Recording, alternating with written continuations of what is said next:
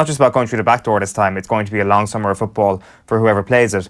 But in actual fact, it's not a long summer of football. No. It's actually a very short summer of football, very compressed. We're going, and I don't want to bring this straight back to TV rights and the games that are going to be on television, but that's essentially where this conversation will go eventually. And we've got, whatever it is, 25 provincial games that don't include finals across the 4 provinces. 3 of them are going to be televised over the next few months. And it's not to do with RTE, it's not to do with Sky Sports.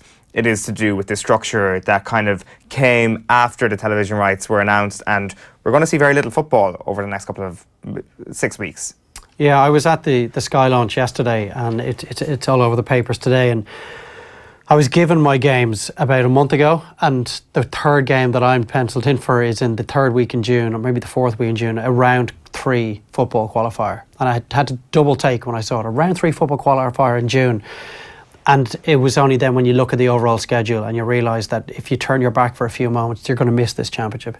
There's going to be so much of this championship that we will have no memory of, because there are large swathes of the games that we will not see. There are huge Munster Championship matches in the hurling in Leinster as well that we will never see, bar an 8-minute chunk that you might see on the Sunday game, and 8 minutes is probably being generous.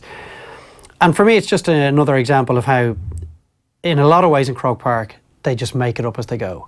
Because there was surely an opportunity, and if they did approach RTE and Sky and ask them about maybe renegotiating the deal, would you be interested in it? Maybe they should tell us if that was the case. But all the murmurings and the perception would be that that wasn't the case. And why would Sky and RTE, if they only have a restricted number of games, want to be covering an Ulster Championship quarter-final when that would mean that there'll be one less Super 8 game that they could be covering at the other end of the season? It's a no-brainer. You go for the elite games, you go for the biggest games at the business end of the championship.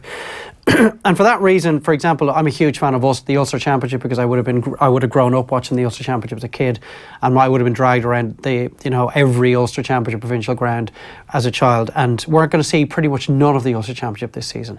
And it's heartbreaking that we're not going to see it. And I just think that they've missed a trick here. Now, whether you need to be bringing in an extra broadcaster, an Air Sport or a TG Cahir, and whether there should be a 3rd tranche of games, that maybe the games that Sky and RTE don't want can be picked up elsewhere, I don't know. Is there a logistical issue with that in terms of broadcasting facilities and resources? Because there's only so many of those in this country.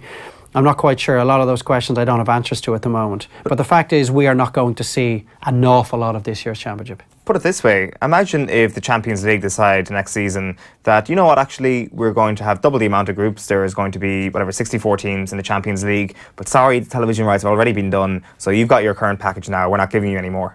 It sounds a bit far-fetched, doesn't it?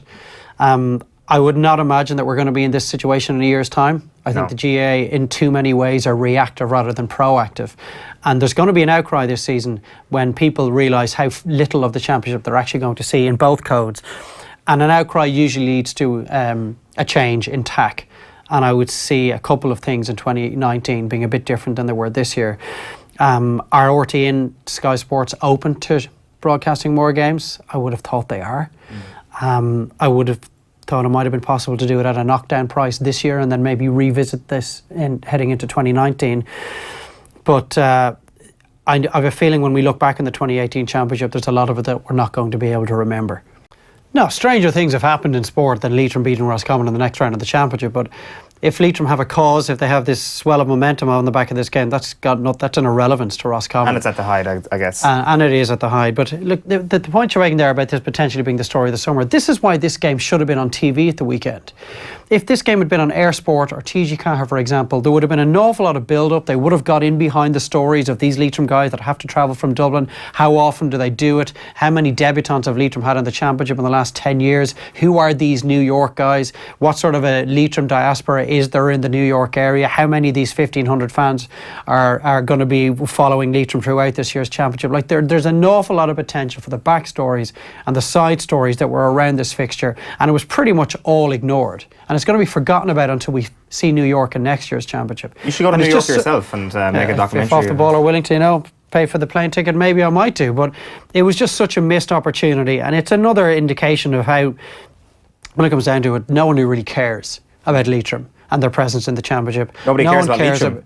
No one cares about Sligo. The fact that they beat London, and you know they avoided. People from Leitrim and Sligo care desperately about that. So I kind of cared about Leitrim beating New York the weekend. I would have been very interested had New York won that game, and like we were glued to the wireless, listening to the game to see how it went. Yeah. But in the corridors of power, look, you're in this championship because it's history and tradition and structural history means that you're still in this championship. But look, would you just go and get yourselves knocked out as early as possible so that we can actually focus on the big dogs, the people that bring in the big money, the people that are going to fill Croke Park? Because ultimately, Sligo and Leitrim both made their bows in the championship of the weekend, and those with influence and those that really have the power to change things didn't give two hoots about the fact that they were in it, because we saw or heard nothing of it. It's actually in Carrick-on-Shannon, Roscommon Leitrim. Because I think the home away agreement was with New York, that will be in the Hyde, because obviously New York would have had to go to Ireland. So yeah, it is in Carrick-on-Shannon. Does that change your thinking at all? No, I was in Carrick 2 years ago when they hammered them. You're really killing my dreams here, Dave. I want this Leitrim journey to continue. I'd love to see a Leitrim Championship Odyssey as much as you would. One of the big stories from last year. Actually, Dave, I think you're just being a cloud of doom on this whole Leitrim story. I just feel they should have been given far more. And not just Leitrim, New York as well. And I'm including Sligo and London in this. They should have been good. Last weekend was the first weekend of the championship. Whether or not you've got a Galway Mayo type fixture to kick the championship off, there should be far more than just lip service paid to it.